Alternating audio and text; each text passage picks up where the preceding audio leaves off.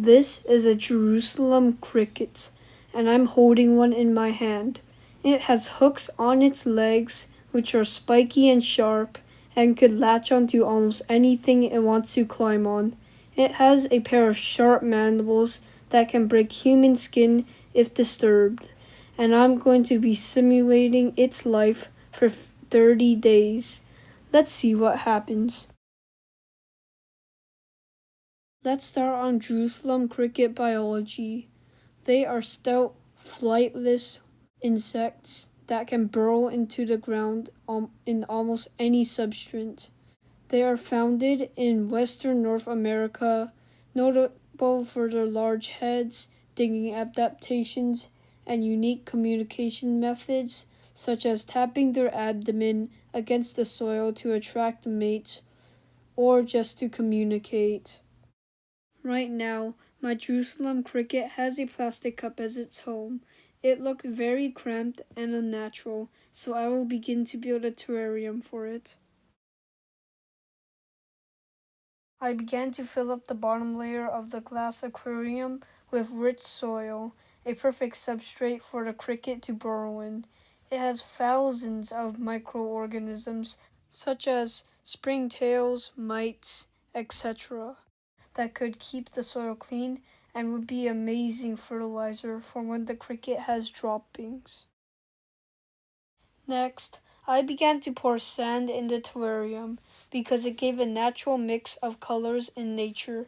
Also, I did this because I wanted to go with the desert theme of the terrarium. Then, I added some rocks to make it more detailed. As a natural desert effect, deserts are dry and will also be needing dry wood. I collected these pieces of dried wood from outside, and to be clear of pesticides, I began to wash them. These pieces of wood are for other experiments and videos up next, and one by one they were clean and ready to go. Once that was done, I set the Jerusalem cricket inside. It immediately explored for a little bit, but then it started burrowing. I was glad to see the cricket making itself at home and creating its own barrel just how it likes it. The terrarium wasn't just set yet, so I fished the cricket out. When that was set, I put a stick across the aquarium so the Jerusalem cricket could explore and climb around.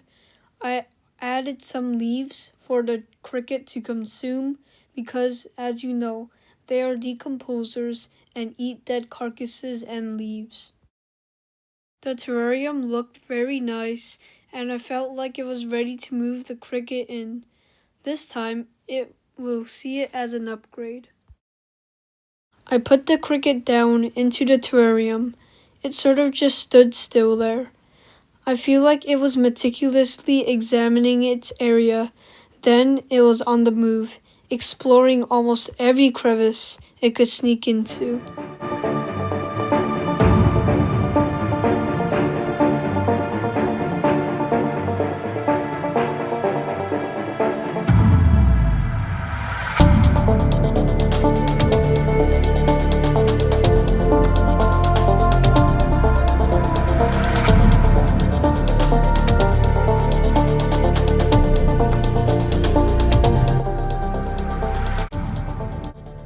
Soon, the Jerusalem cricket stumbled upon a ditch and paused for a little bit to examine.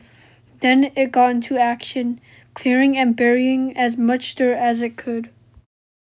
On day 16, I wanted to see the cricket underground. I checked under the glass aquarium cage, and lo and behold, the ultimate Jerusalem cricket.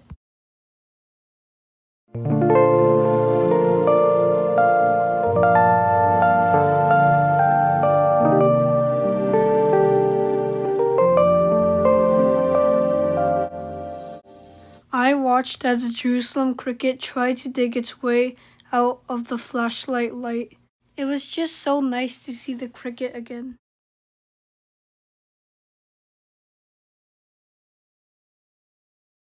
It has been a long day since I have seen the Jerusalem cricket above ground. I was waiting day after day, and soon I had missed my chance. Mounds and hills of loose soil were piling against the earth of the terrarium. I saw one hole coming from the ground where an insect has emerged. I have missed my opportunity. I wanted to see the Jerusalem cricket so badly, so my new goal is to see the cricket out of its burrow and catch it on camera. This video doesn't end until that goal is checked off. I knew that the cricket was under there. All hope seemed to be lost, but I devised a plan. Several plans to be exact.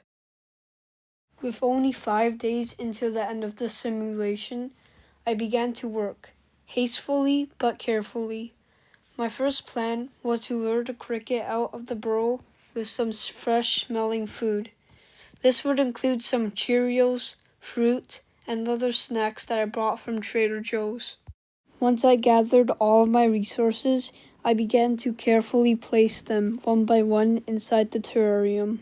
My plan was to check on the terrarium each hour and see if the cricket was roaming around. My method was to quickly spot the cricket in first glance and capture it in captivity until I brought my camera equipment, but guess what? It didn't come out. In the next day, I peeked into the terrarium to notice and find a chewed up Cheerio that looked like it had teeth marks on it. That's when I realized that the Jerusalem cricket would only come out at nightfall. I peeked into the terrarium when it was much colder, like at 11 o'clock, and lo and behold, there was the Jerusalem cricket. It must have been shocked by the light and someone up this late. It wanted to dig away from me, but ended up failing because it was being blocked by those two craters. It just felt so good to see the Jerusalem cricket scurrying around again.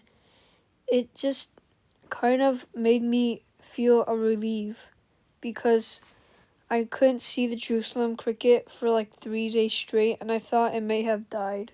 The good news is I have finished my goal. Look at it trying to wriggle through the rocks.